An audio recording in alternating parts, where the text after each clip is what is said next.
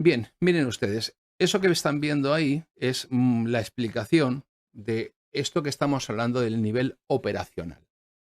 La mayor parte de la gente habla de estrategia, habla de táctica, incluso cuando se maneja el concepto de a nivel operacional, muchas personas que presencian un canal o que presencian un vídeo, si en los medios de comunicación de masas este concepto no se utiliza, no le ven en recorrido mm, para utilizarlo, porque la tontificación de la gente, para atontar al público, esto no sirve. La gente desconecta y lo que ellos quieren es que la gente no desconecte, llegar al mayor número de personas, y así poder manipularles de la mejor manera posible. Bien, en el campo de la teoría militar, el nivel operacional de la guerra, también llamado arte operacional o guerra operacional, representa, todo esto ya lo he dicho antes, representa el nivel de mando que conecta los detalles de las tácticas empleadas en la guerra con los objetivos de la estrategia militar. Es como si dijéramos eh, lo que consigue hacer que engarcen un espacio, el espacio estratégico, con el espacio táctico, ¿no? El concepto de niveles de guerra tiene una larga historia, empezando por Karl von Clausewitz, que identificó dos niveles, estrategia y táctica. Pero claro, estamos hablando que eso fue a caballo del siglo XVIII y XIX. Pero Alexander Svechin, que fue primero oficial zarista y más tarde oficial del Ejército Rojo, y para terminar siendo traidor al partido y a la patria y a su prima y terminar ejecutado, que es que me parece que era algo tan distópico, pero era un hombre de una grandísima valía y era un hombre inteligentísimo. Bueno, pues el caso es que él propuso en 1926 por primera vez el concepto de un nivel operativo de guerra. Y sin embargo, el ejército, para que se hagan ustedes una idea de la diferencia, el ejército de Estados Unidos no adoptó este concepto hasta la friolera de 1982. Teóricamente, a nivel de pensamiento militar, primero los soviéticos y luego los rusos han ido por delante de Estados Unidos en cuanto a la elaboración doctrinal de la guerra moderna, años luz. Esto no les hace ni mejores ni peores ni a unos ni a otros desde el punto de vista político, económico, ni nada por el estilo. Ni moral, no estoy entrando en esos terrenos. Sencillamente lo que estoy hablando es del desarrollo conceptual del arte operacional y del arte de la guerra como un plano previo al desarrollo de las operaciones. Bueno, los tres niveles de guerra, estratégico, operacional y táctico, vinculan las sanciones tácticas a la consecución de los objetivos estratégicos y no existen límites finitos entre estos niveles. No se puede decir esto termina aquí y empieza allá, y por lo tanto todo queda perfectamente diferenciado. No. Si se dan cuenta, en este gráfico hay unas zonas en las que se superponen unos y otros niveles. De ahí que muchas veces dudemos cuando nos enfrentamos a un acontecimiento si lo estamos ubicando en el ámbito operacional o en el ámbito estratégico. Muchas de las personas que siguen este canal también siguen un canal que a mí me gusta mucho ver, creo que tiene mucho mérito y que lo hace muy bien y me gusta mucho porque a pesar de que no es militar profesional, tiene unos conocimientos muy amplios, que es el canal del resumen militar de Remy. Yo lo sigo, muchos de los que están aquí también, y evidentemente le ves una deficiente formación militar en algunos aspectos, porque no es militar y no se ha formado en ese sentido, pero le ves una gran formación en estos temas como civil, y eso es muy difícil de alcanzar, tiene mucho mérito lo que él hace. Y otra persona a la que sigo con mucho interés y que me interesa mucho su opinión, porque es un magnífico teórico, es un militar del ejército chileno que es si no recuerdo mal, es el coronel Rodrigo Gallardo, cuya opinión siempre merece atención porque él domina perfectamente todo este tipo de teorías también. Digo los nombres porque cuando alguien hace algo mal no digo el nombre, pero cuando alguien hace algo bien, pues sí me gusta reconocerle el mérito que tiene. Bueno, pues como hemos dicho, La Unión Soviética fue el primer país en distinguir oficialmente este tercer nivel de pensamiento militar cuando lo introdujo como parte de su teoría militar en aproximadamente hacia 1930, que fue lo que se utilizó durante la segunda etapa de la Segunda Guerra Mundial en el Frente del Este, después de las primeras victorias del arte operacional alemán, que ha sido también muy desarrollado, porque no nos olvidemos que durante los años 30 rusos o soviéticos y alemanes, comunistas y nacionalsocialistas, trabajaron juntos en la formación, por ejemplo, de unidades paracaidistas, o trabajaron juntos en el desarrollo de la teoría de los carros de combate, etcétera. Por lo tanto, ese desarrollo en la primera mitad, los alemanes demostraron con una cosa que poca gente sabe. Ellos nunca llamaron a la guerra de movimientos Blitzkrieg. Ese es un nombre dado posteriormente por la prensa. Ellos fueron, una vez más, el arte operacional alemán y la guerra de movimientos y las operaciones combinadas. Y esa primera etapa, los alemanes demostraron lo que eran capaces de hacer con los medios que tenían y las circunstancias que se dieron, y acto seguido, en la segunda etapa de la guerra, la Unión Soviética demostró con lo que tenía y en las condiciones que tenía, también el talento del arte operacional soviético, luego ruso, en la contraofensiva que surge desde el año 43 en adelante, ¿no? Y en ambos casos son dos periodos dignos de estudio y de grandísimo interés para los que nos interesen este tipo de cuestiones.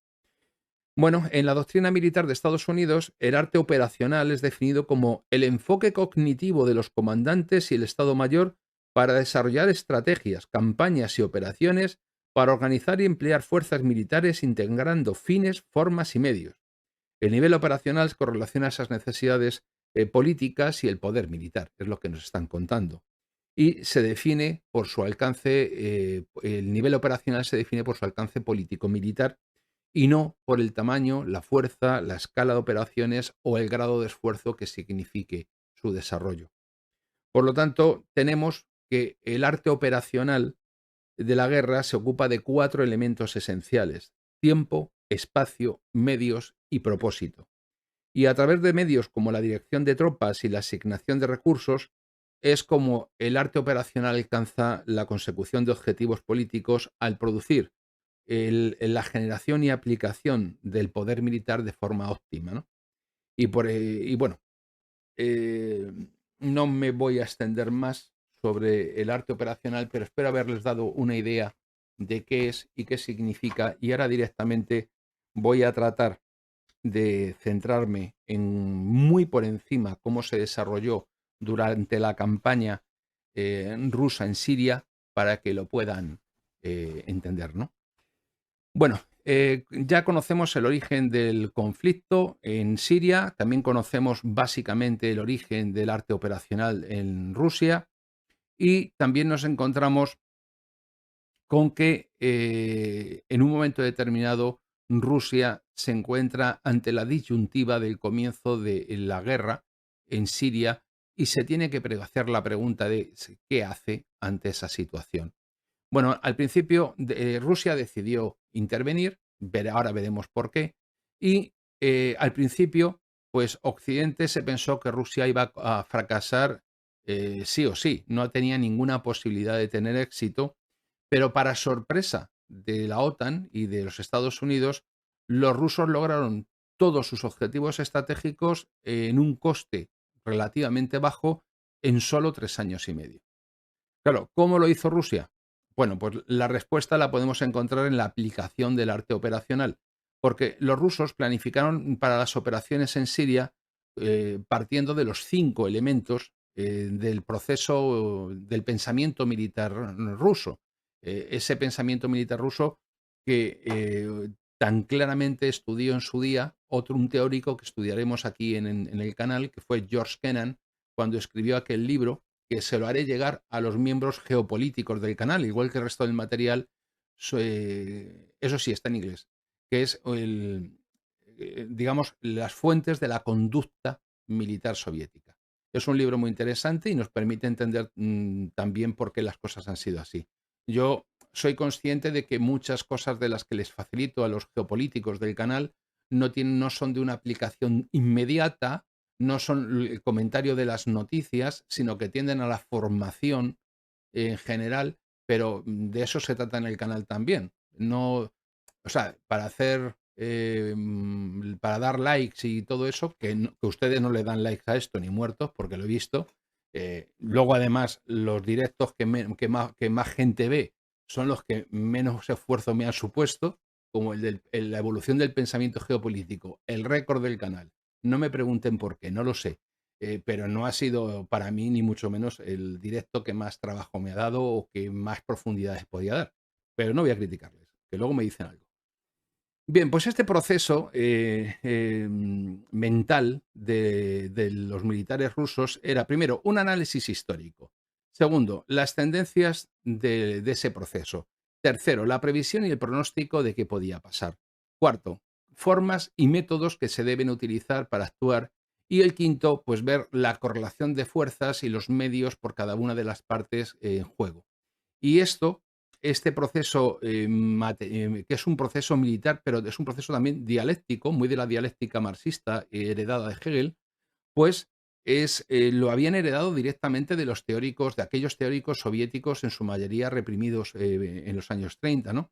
Bueno, pues los rusos, partiendo de este proceso y aplicando este sistema de pensamiento que puede extrapolarse a la vida cotidiana de cualquiera de ustedes, pues se plantearon un plan realista, viable, que logró sus metas estratégicas para, primero, estabilizar el régimen de Bashar al-Assad, impidiendo de esa manera que se hiciera con Siria los globalistas, y después conseguir el segundo objetivo que se habían planteado, que era el reconocimiento de su prestigio internacional de Rusia como capaz de proyectar fuerza más allá de sus fronteras o de la región inmediatamente vecina a las fronteras rusas.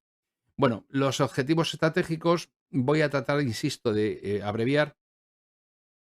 El conocimiento de estos objetivos estratégicos de Rusia proporciona el punto de partida para comprender su diseño de la campaña de Siria.